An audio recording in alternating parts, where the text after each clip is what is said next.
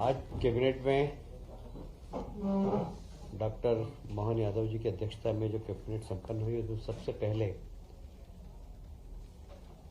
देश के सम्मान के लिए 140 करोड़ लोगों के सम्मान के लिए जिस प्रकार देश के प्रधानमंत्री, रक्षा मंत्री के मार्गदर्शन में देश की सेनाओं ने सिंदूर अभियान के माध्यम से पाकिस्तान के आतंकवादी अड्डों को तहस नहस किया है, उसके लिए प्रधानमंत्री, गृह मंत्री, रक्षा मंत्री और देश की तीनों सेनाओं का अभिनंदन किया है।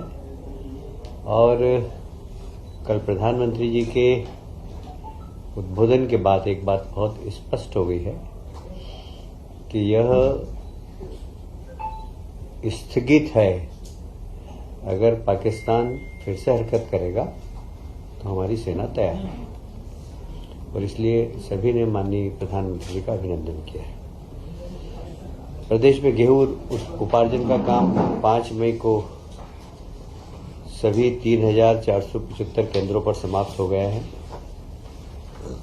और लगभग इस अवधि में 9 लाख किसानों ने फसल विक्रय का कुल पंजीकरण करने के बाद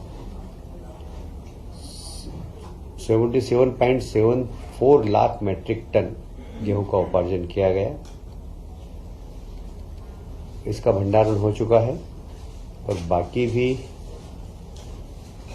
जहां जहां निर्देश दिए गए कहीं बाहर गेहूं हो तो उसका भंडारण करके वर्षा से कैसे हम गेहूं को बचा सके इसकी चिंता करें। इस पूरे उपार्जन के अंदर जो राशि खर्च हुई है वो 18,842 करोड़ का भुगतान किया गया है। बचा हुआ कुल 18 करोड़ का भुगतान है, वो भी हम जल्दी कर देंगे।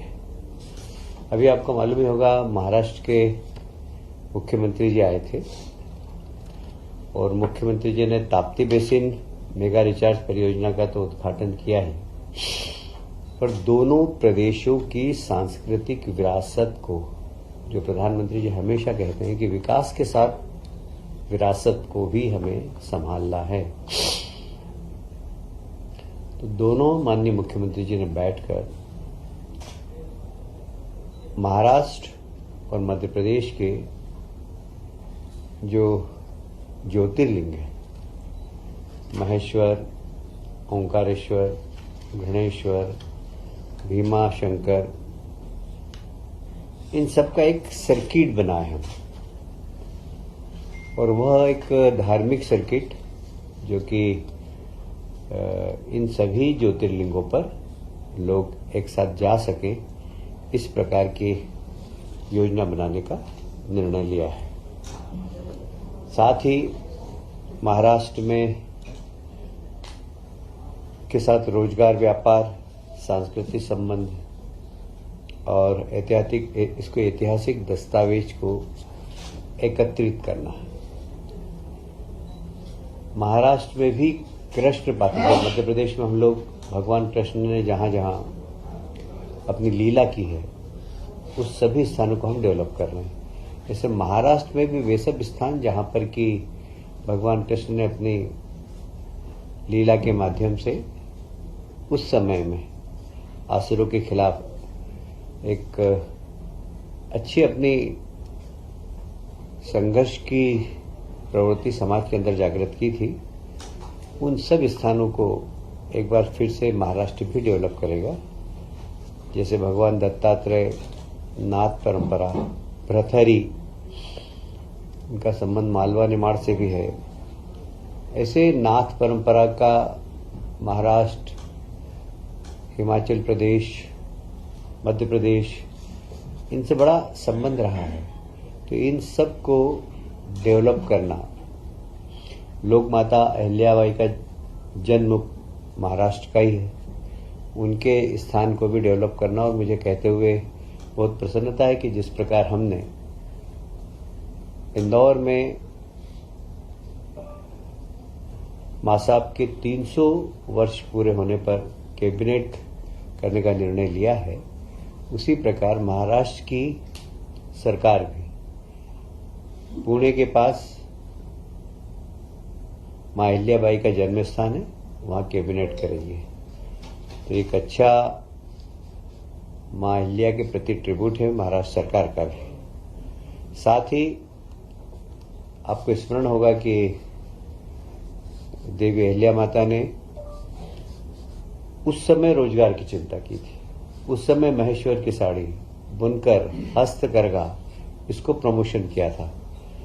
तो हमारी सरकार और महाराष्ट्र की सरकार भी इस दिशा में जहां आवश्यकता होगी तो संयुक्त रूप से भी काम करेगी।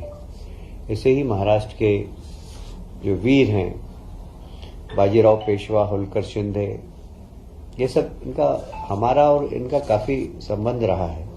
तात्या टोपे, रानी लक्ष्मीबाई, अप्पाजी भोसले, ये सब महान लोगों के ऐतिहासिक दस्तावेज को हम संकलन करेंगे और उसको डिजिटाइजेशन करेंगे। मोडी लिपि जो करीब करीब आजकल लोग पढ़ने वाले बहुत, इंदौर में तो मेरा ख्याल है 2-4 ही बचे हैं मोडी लिपि को पढ़ने वाले और समझने वाले। इसकी लिपि को सुरक्षित करना और इसके भी विद्यार्थी तैयार करना है, इस दिशा में भी हम काम करेंगे। माता अहिल्या देवी के पूरे जीवन पर सांस्कृतिक, धार्मिक, प्रशासनिक जो योगदान है उनका, उसके ऊपर नृत्य नाटिका, film, light and sound projection, mapping इत्यादि का काम महाराष्ट्र सरकार भी करेगी और हम भी करेंगे।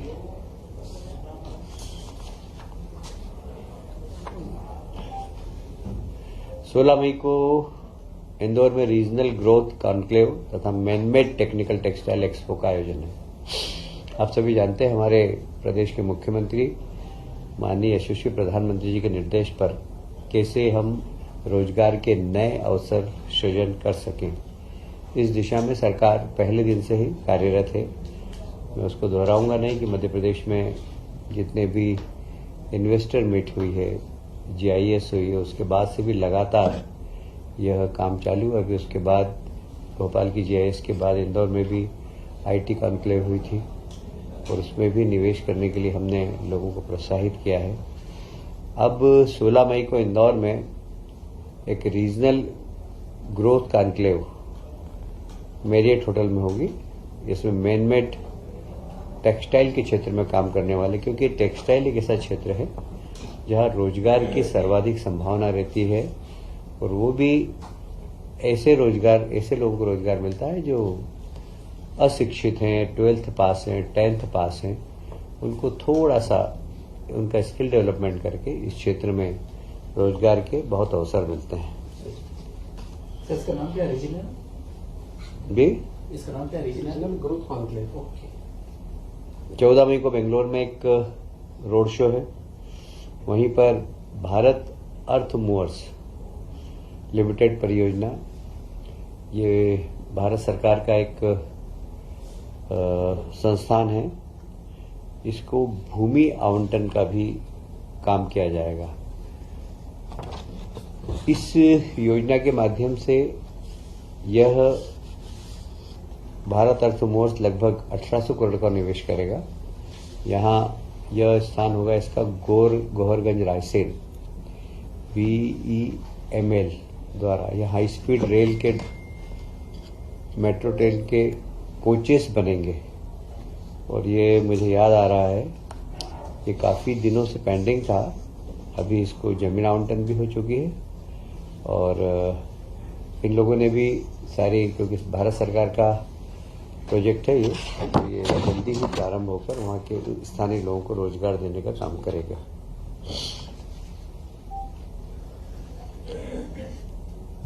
20 मई को इंदौर में, जैसे मैंने कहा कि हम लोग कैबिनेट की मीटिंग कर रहे हैं राजवाड़े पर, क्योंकि एक ऐतिहासिक स्थल है मध्य प्रदेश का मालवा का राजवाड़ा।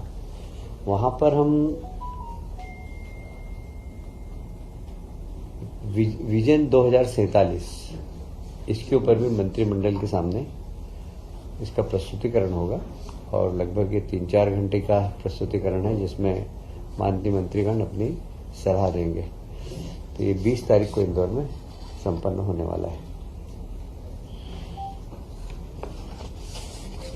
खेलो इंडिया यूथ गेम 2025 में मध्य प्रदेश का बहुत शानदार प्रदर्शन रहा है।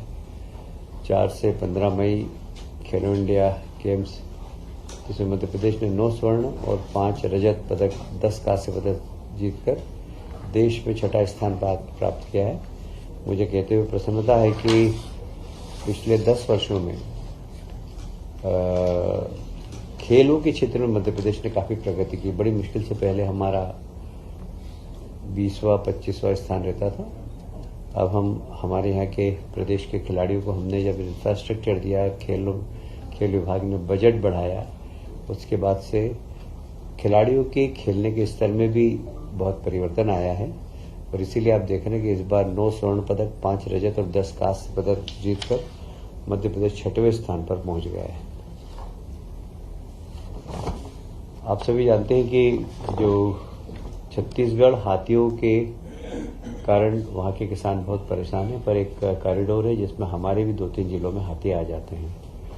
हमने उन हाथियों से किसानों की और वहां के जनजीवन को बचाने के लिए एक 47 करोड़ की बड़ी महत्वाकांक्षी योजना प्रारंभ की है, जिससे कि जंगली हाथियों की सुरक्षा में हो, जंगली हाथियों के कंट्रोल के लिए वहां पर किस प्रकार उन गांवों को प्रशिक्षित करें, जैसे कि हाथी घुस जाए तो फिर उनको पटाखे फोड़कर उनका मार्ग परिवर्तित करना, ये सब प्रशिक्षण देना, ये सब काम भी होगा। इसमें हमारा EI सर्विलेंस भी वहां पर होगा। हाथी जब आएंगे तो हम पहले से हमें पता लग जाए, उसका एक कंट्रोल रूम होगा जिसमें कि हम उनको रेस्क्यू करके, जैसे हमें जानकारी मिलेगी हम उनको रेस्क्यू करके और एक यथास्थान जंगल में वापस पहुंचा सकें। आप सभी जानते हैं कि जब हाथी बड़ा उग्र हो जाता है तो मानव जाति के लिए बहुत खतरा हो जाता है। तो उग्र भी नहीं हो, इसके लिए बहुत जरूरी है कि वहां के ग्रामीणों को प्रशिक्षण देना कि जानवर को उत्तेजित नहीं करना, ये बहुत ज्यादा जरूरी होता है।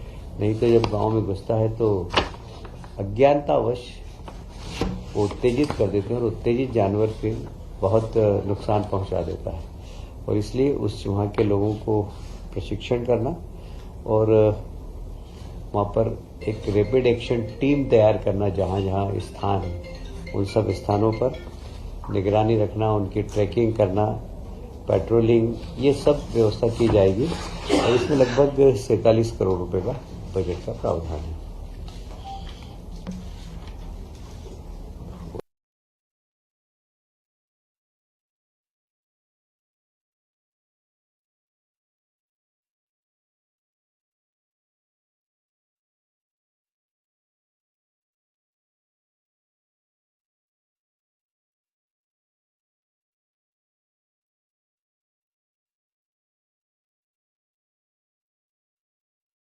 देखिए, मुझे लगता है कि गेहूं खरीदी से किसान काफी संतुष्ट है इस बार। उसका कारण है कि बाजार रेट में और हम जब खरीद रहे हैं उस रेट में बहुत ज्यादा अंतर नहीं है। अब गेहूं का रेट बढ़ गया है बल्कि बाजार में, इसलिए किसानों को बहुत ज्यादा सरकार को बेचने में रुचि अब कम रह गई है। इसलिए मेरी जानकारी के अनुसार मेरे क्षेत्र के अंदर जहां जहां का प्रभारी वहां तो कोई शिकायत नहीं है। पर अगर ऐसी कोई शिकायत होगी तो हम उसके ऊपर भले विचार करेंगे, पर हमारे पास ऐसी कोई शिकायत नहीं है।